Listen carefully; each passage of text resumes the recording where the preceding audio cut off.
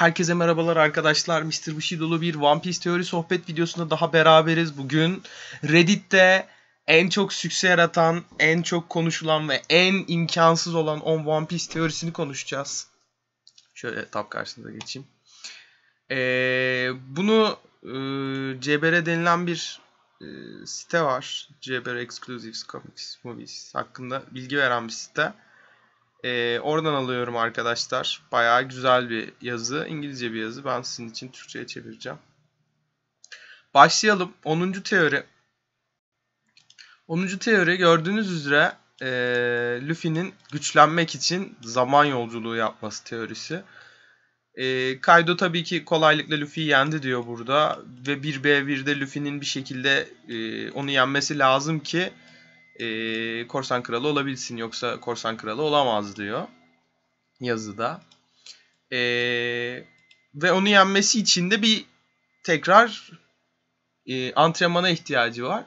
Ama şu anda tabii bu antrenmanın yapıldığını düşünüyoruz biz. Yani Ryo Haki üzerine konuşursak eğer. O yüzden bence bu teorinin çok bir anlamı kalmadı bu açıdan. Ama burada ilginç bir şey de söylüyor. Hikayeyi değiştirebilir diyor ve Luffy diyor Ace'i koruyabilir diyor. Ace'i kurtarabilir diyor. Ace'in kalbimizde açtığı yara o kadar büyük ki yani bunu şey yapamıyoruz gerçekten. Bu da yeni olasılıklara yelken açmamıza sebep olur deniyor. Evet, Shanks bir kutsal ejder. 9. teori. Shanks Gorosei'lerle bir şekilde görüşmeye gidebiliyor rahatlıkla. Bunu nasıl yaptı diyorlar. İşte bu Shanks bir Celestial Dragon olduğu için, yani kutsal ejder olduğu için oldu deniyor. Doflamingo da öyleydi diyorlar. Ama bunu kimse kanıtlayamaz diyorlar. Bakalım. Imu Luffy'nin annesi. Wow! Çok ilginç olur. Imu Reverie Ark'ında gösterilen ilginç karakterlerden biri diyor. 5 Gorosei ile beraber. Yani ama o da Gorosei'lerin en güçlü olmadığını gösterdi diyor. Ve Imu ve Luffy arasındaki relationship'e, yani ilişkiye geçersek diyor.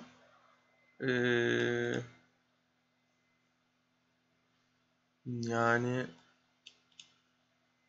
gerçekten ilginç bir olay olur diyor. Yani babası dünyanın en büyük devrimcisi ve annesi dünyanın en güçlü otoritesi olduğu ortaya çıkarsa bu diyor ilginç bir gerçekten hikaye olur diyor. Arkadaşlar burada diyor ki bir tane Straw Hat'lerden birisi diyor Cypher Foil'e çalışıyor diyor. Ama yani Cypher Zero'ya ya da neyse işte. Yani bu bence çok saçma bir teori olur bu saatten sonra. O yüzden yani buna çok ihtimal vermiyorum, okumayacağım bile. Bakın bu çok ilginç. Wano'dan sonra Luffy canavar korsanlarını ve Big Mom korsanlarını kendi altında toplayacak deniyor. Bu çok ilginç. Ben %100 bu şekilde olacağını asla ihtimal vermiyorum bu arada. Ama Luffy denizdeki en büyük güce sahip mi? Sahip.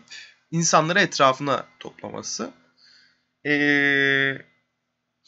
Dressrosa'daki düşmanlarını diyor kendi tarafına topladı diyor.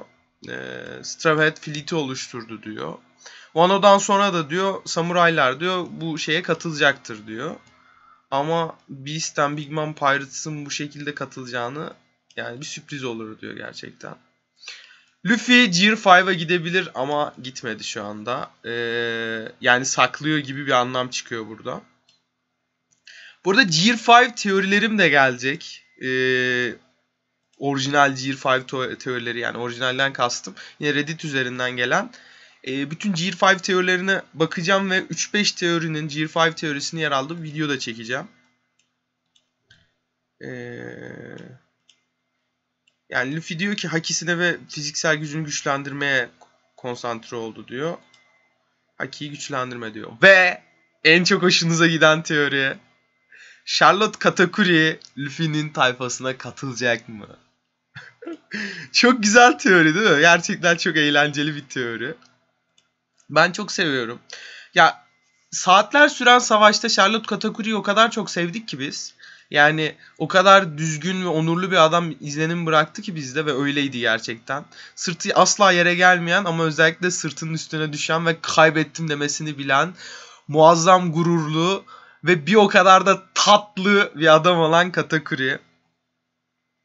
Katakuri Luffy ile dövüşünden sonra Big Mom'la dövüşmek için gelip gelmeyeceğini sordu. Luffy kesinlikle geleceğim dedi. Ve bundan dolayı Katakuri bir şekilde mutlu hissetti. Yani burada diyor ki hiçbir şüphe yok ki diyor Luffy'den hoşlandı Katakuri. Yani onu şey yaptı. Ona bir saygı duydu. Ve her şeyden sonra Luffy onu onurlu ve gururlu bir şekilde yenen tek kişi. Ama Katakuri'nin stafetlere katılması bayağı bir insan tarafından tabii şey yapılıyor. Hani isteniyor ama biraz da hani hastalık seviyesinde. Big Mom korsanlarının bir generali sonuçta Katakuri ve ailesini seviyor. Ve ailesi için ölmeyi göze almış birisi diyor. Bu yüzden diyor stafetlere katılacağını düşünmüyorum diyor. Ama Luffy için bayağı değerli bir dost olabilir diyor. Gerçekten hep konuşulan bu. Charlotte Katakuri Luffy tayfasına katılır mı katılmaz mı sorusu. Çok soruluyor. Yayınlarda da çok soruluyordu. Önceden de çok soruluyordu. Hala da geliyor bu sorular, bu tarz sorular. Charlotte Katakuri'yi gerçekten çok seviyoruz. Ama her sevdiğimiz karakter tayfaya katıldı mı? Hayır. Bon Clay Sama diyorum bakın. Bon Clay-chan Sama. Ne derseniz deyin. Muazzam bir karakter değil miydi Impel Down'da? Çok sevmedik mi mesela? Bu Hancock'u çoğunuzun çok sevdiğini biliyorum. Ama ne alakası var değil mi tayfaya katılmasıyla? Rayleigh, Garp, yani bunlar tabii efsane karakterler. Çok seviliyor yine. Sevdiğimiz bütün karakterleri tayfaya katılma noktasında değil de bir nebze olsun bize dostluk etme noktasında etkili olacağını düşünüyorum. Evet, adını gördünüz. Gerçekten. Go the Usopp will become stronger than Sanji and Zoro. Zoro'dan ve Sanji'den güçlü olacak. God Usopp. Wow. 2 yıllık aradan sonra bile Usopp hala dünyanın en saçma hastalıkları ve yani korkularıyla hani cebelleşen bir karakter. Ama bir fan teorisinde diyor ki Usopp öyle güçlü olacak, öyle güçlü olacak ki Monster Duo yani Zoro ve Sanji'den bile güçlü olacak. Şiir ne demek bilmiyorum ama brutal yani sert güçte yani. Deriz demiş ki ama böyle bir ihtimal yok diyor. Ama Observation Haki'ye yani gözlem hakisine geldiğimiz zaman diyor işler Usopp'un lehine dönebilir diyor. Usopp haki konusunda bir özelliğini ya da bilgisini göstermedi şimdiye kadar. Ama muhteşem bir şekilde yeterli ve yani yeterli bir gözlem hakisi var diyor aslında. Bunu Dressrosa'da gördük diyor. Bir şeylerin, düşmanların yerini lokalize etme konusunda özellikle diyor. Çünkü o şeyi kızı vurmuştu ya. Ay kızın adı neydi ya? Herkesi bebeğe dönüştüren. Çok güçlü bir meyvesi olan o kız işte. Bu yüzden diyor fanlar diyor gelecekteki en güçlü observation hakilerden birinin Usopp'ta olacağını söylüyor diyorlar. Tabii ki beklenebilir bir şey ama yani çok da olacağını da sanmıyorum. Yani genel olarak Usopp'un Zoro ve Sanji'den güçlü olacağını ama Observation Haki'de çok güçlü olacağını söyleyebilirim ve sniper'ların kralı olacağını söylüyorlar ki bence olacak. Diyorum ya Straw Hat Crew'den yani bizim hasır şapka tayfasından herkes ama herkes bence kendi alanında en güçlülerden biri olacak. Şöyle yukarı çekeyim biraz adını görün teorinin. Ace bir şekilde Trafalgar Lawo'nun Devil Fruit'i yani şeytan meyvesi tarafından canlandırılacak deniyor. Birçok hayran diyor hala diyor Ace'in ve Shirohige'nin yani beyaz sakalın kaybına çok üzülüyor diyor. Naruto'dan farklı olarak diyor hiçbir ölü karakter geri döndürülmedi diyor. Ama Doflamingo'da diyor OP yani OP Fruit yani ne denir ona? yani Lov'un meyvesi o Nomi'nin şeyine bayağı bel bağlamıştı, görmüştük ve ölümsüzlüğü yani garanti ettiğini söylüyordu diyor. Ama işte Trafalgar'la Luffy'nin arkadaşı olduğundan beri Portcullis Daisy acaba geri çağırır mı, geri getirir mi ölümden diye düşünülüyor. Bu teori gerçekten güçsüz bir teori diyor. Çünkü yani bir kere Ace'i geri döndürmek için bir sebep yok diyor. Yani dramatik bir sahne dışında. Ve Luffy için gerçekten çok önemliydi Ace'in ölümü diyor. Yani güçlenmesi için ve öbür olayları karşısındaki bu tavrının gelişmesi için gerçekten çok önemliydi. Ve gerçekten hani ya Ace ölmeli miydi? Evet. Ama şu an böyle arkada kurumuş boğazım çalıyor ve ben yutkunuyorum kafamda. O kadar üzücüydü ki yani. Evet, bakın. Bu ilginç bir teori. En craziest yani çılgınca olanı buymuş gerçekten. Last but not least demiş. En sonuncu ama en azı değil. En çılgıncası. Enel'in olduğu yeri fethetmek. Enel Ay'a gitti ve orada bir krallık kurdu. Ve bu krallık yani bu topraklar, medeniyet artık ne diyelim.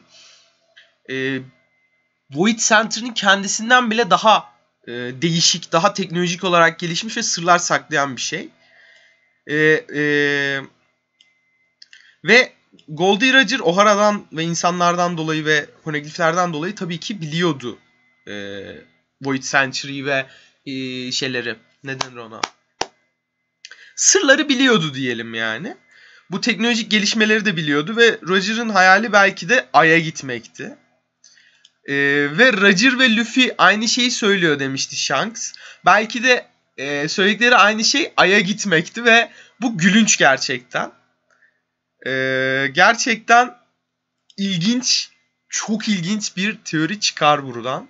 Yani Luffy ve Roger'ın herkes tarafından gülünen ortak hayali Ay'a gitmek olabilir mi? Ve bir şekilde Ay'da buluşurlar mı deniyor. Yani Ay'da buluşmaları olmasa bile bir şekilde Ay'a gitme gibi şeyler seride ilginç şeyler oluşturabilir. Ay muhabbeti. Çok beklediğim bir şey değil ama daha önceki videomda da bahsetmiştim zaten. Gerçekten böyle garip grup bir hayal çıkabilir Luffy'den. Dünyanın bütün insanlarına et yedirmek falan filan. Ama hikayenin ay noktasında değil de bir noktada antik krallığı çözme ve ne denir ona? Dünyaya adalet getirme noktasına evrileceğine adım gibi eminim. O kutsal ejderler, Allah'ın cezası kutsal ejderler layığını bulacaktır arkadaşlar diyorum. Ve Mr. Bushido ile beraber bu videonun sonuna geliyoruz. Videomu izlediyseniz izlediğiniz için teşekkür ederim. Beğendiyseniz like atmayı lütfen unutmayın. Kanalımı beğendiyseniz de abone olmayı. Görüşmek üzere.